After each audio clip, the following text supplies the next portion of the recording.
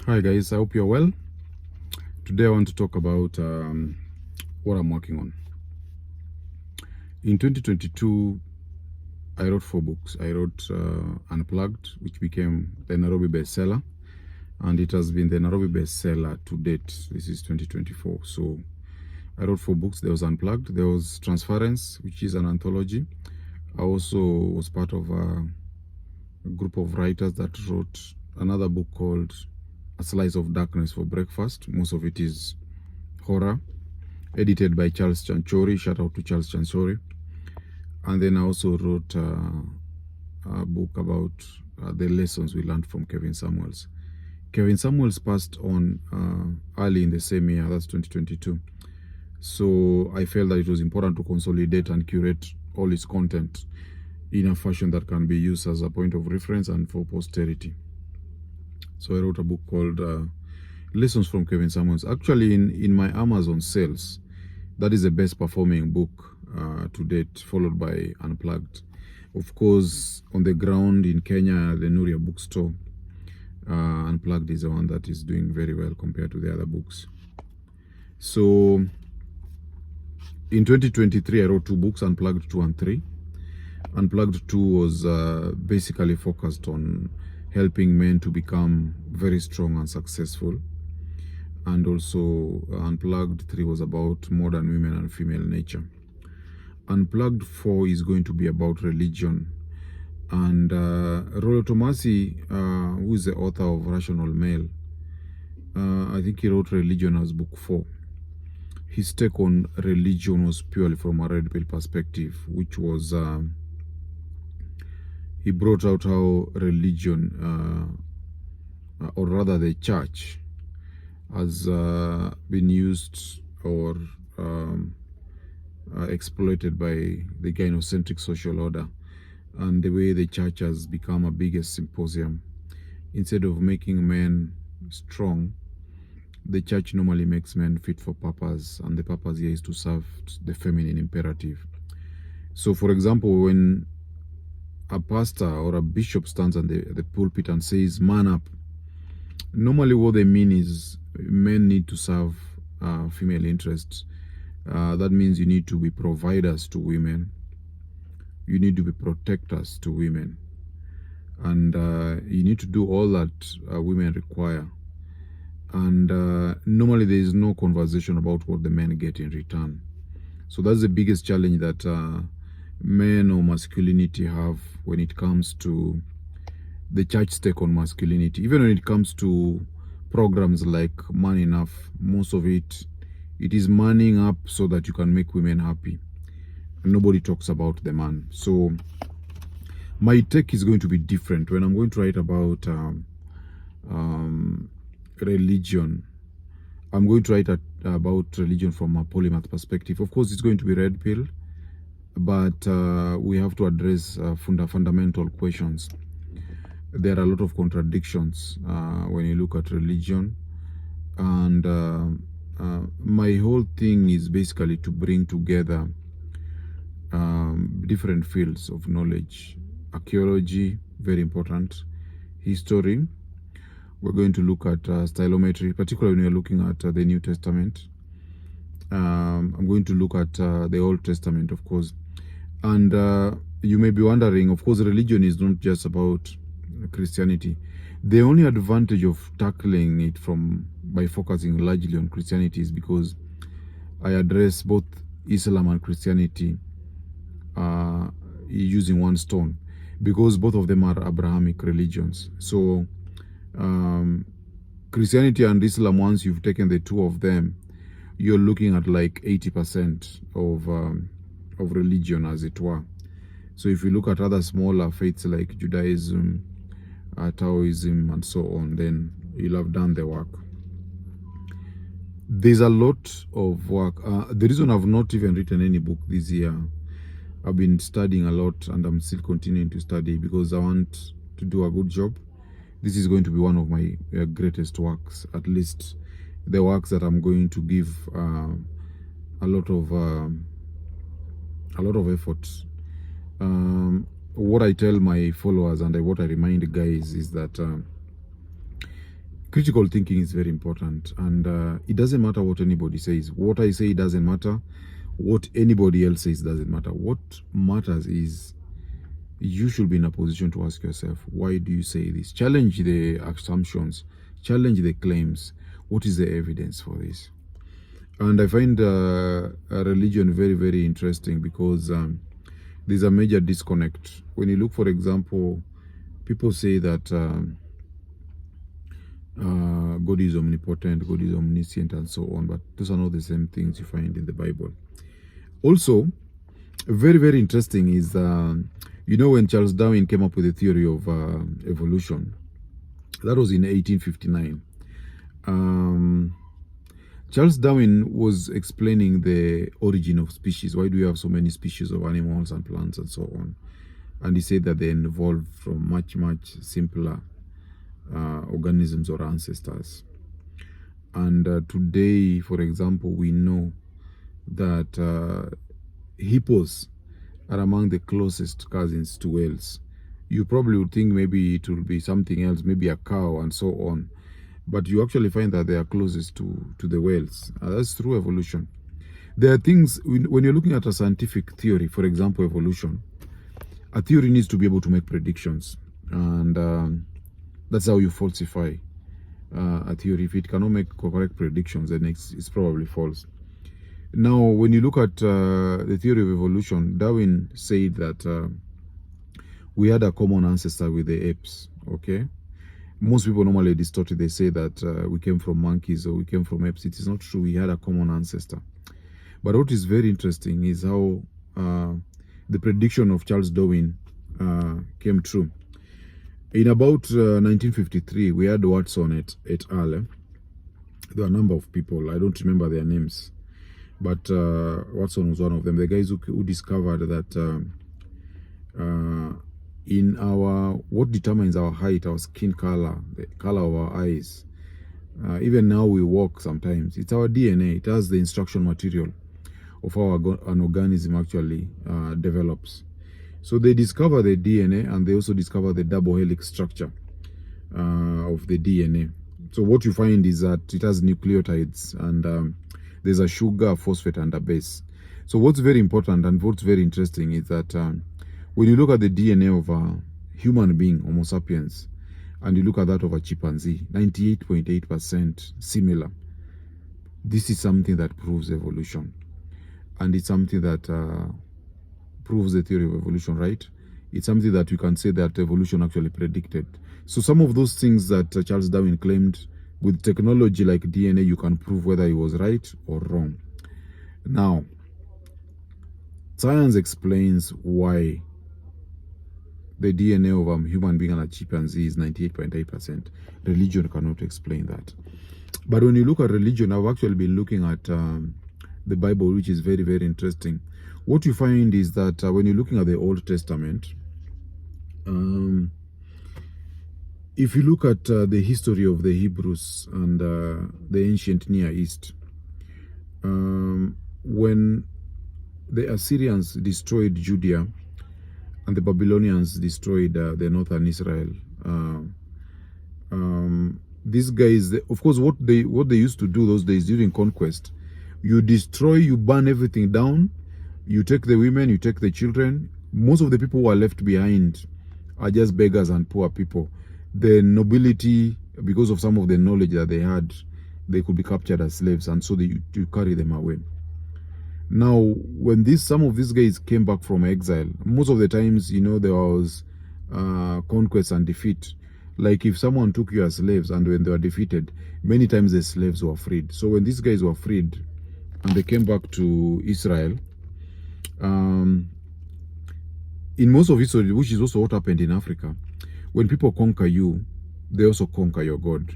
So like for us, when the British colonialists, they came here, they destroyed all our sacred sites, and they said we were basically practicing witchcraft. They told us the real God is a Christian God, and we should worship Jesus died for our sins and so on. And many people took that up, and that's why we have majority of Kenyans are Christians.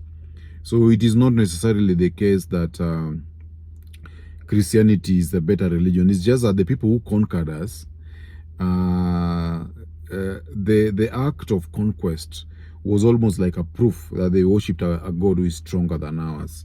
So that is how it used to happen. But when these slaves when the Hebrews were freed from Assyria and even from Babylon, when they came back, what these guys did that was different was that they did not have a king, and so they had to create for themselves their own king. And this king was actually a supernatural king. There was a king that was going to deal with all their enemies and kill all their enemies, and that was going to actually protect them from any kind of hegemony or conquest. Now, the scribes that did it, they did it in two ways. There is what Jacob L. Wright actually handles this. He calls he calls the palace narrative and the people's narrative. The people's narrative is the one now that starts with the covenant that Abraham had with God, and the palace narrative now is centered on the palace, Davidic monarchy, King Solomon, and so on. The people put the Bible together. They try to bring these two narratives together with some effort. With some level of success, they try to harmonize them, but you'll still see the cracks. Now, but I want to talk about God. The God that these guys use in the Bible, the God that they created, is a God that makes mistakes. Is a God that is held by gravity. And we say he's held by gravity because he's restricted to a certain people, a certain area. You find, for example, he sticks with the Hebrews. He doesn't come to Africa. He does not go to China. He doesn't go to Egypt. It's aware of what happens in Egypt anyway, because the Egyptians had their own gods. So a God that is omnipresent will not be limited to one particular locality or group or tribe. The only reason you do that if you are limited normally by gravity. But I want to talk about the mistakes that he makes. You find, first of all, the way they fashion this God in the book of Genesis. He is fashioned as a potter, because you are told that he made man using clay. Okay? So he made us from dust. It's his potters who use dust to make things. So that also gives you an insight into the kind of people, the myth makers who are making this particular God. But so he's very much like a man, very patriarchal. You notice that he only creates Adam, but when it comes to Eve, he pulls him out of the rib of Adam. He doesn't create her from scratch. And very important is once he creates mankind of course goes against his wishes. He gets mad, he regrets, he decides to destroy all of mankind using a flood, the global flood. Global in quotes. Of course, you know it wasn't global, because Egyptian records, Chinese records, which actually are older civilizations, don't record that kind of a flood. And it goes against science, you know, that there's no water that leaves the earth. Once the water enters the earth's sphere of gravity, it does not leave. So where did that water go? The kind of greenhouse effect it will have, to have that kind of water hanging around the atmosphere, it will make basically the earth become a microwave. At any rate, I want to talk about the story we find in 1 Samuel. In 1 Samuel, we find the story of this prophet Samuel. First of all, you know, before kings came, God used to work through prophets. So the prophets will tell people, do this, do that. God is saying, do this. God is unhappy. God is going to punish you. God is going to punish your enemies. The people come. They tell the prophet what they want. The prophet tells God what the people want, and so on and so forth. That was the interaction. Then, at some point, the Israelites told Samuel that, you know, you have grown old. Now you're going to die. We want a king. Okay? The people around Israel had kings: Edomites, Amalekites, Philistines, and so on. So even them, they wanted a king. So they told Samuel, we want a king. Samuel told them, "Bana, this is a bad idea. A king is going to rule over you guys. He's going to take your women. He'll take your children to war. He's going to tax you. He's going to become a dictator." He said, no, as we want a king. So he went to God, told them, "Bana, these guys want a king. History yangu mi hawataki. They want a king." So God said, "Okay, fine. So they want a king. I'm going to tell you who their king is going to be." So through a number of instructions, he settled on a king called King Saul, or Saul. I don't know how it's pronounced. So Saul rules, does many things. I think he became a king at 30, ruled for 42 years. Now at some point, God wakes up and tells King Saul that you need to go. I want you to go and destroy the Amalekites. I think it's in Samuel 15. Go and destroy the Amalekites. Destroy everyone. Kill everyone. Kill all the men. Kill all the women. Kill all the children. The donkeys, the camels. He's very specific. He even tells, he tells Saul, or rather he tells Samuel to tell Saul to make sure he destroys even the infants. Okay, and this is a God who says, "Thou shalt not kill." Destroy the infants and make sure even the animals are destroyed. Nothing is supposed to live. Very important. So Samuel tells Saul to do this. Saul says, "Okay, Saul." He assembles his army. They go to the Amalekites and they go about killing people the way God said. So they kill. But Saul decides, "Okay, I'm going to spare their king. I'll take him as prisoner. And I'll also take the best lambs and the fattest sheep they have. I'm going to sacrifice them to God." So he does that.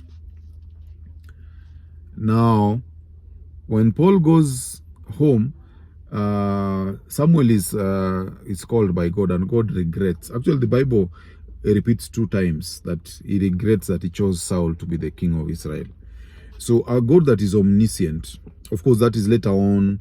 Of course, Saul had a son called Jonathan, and later on he picks David to be the successor of Saul, and so that's a story for another day.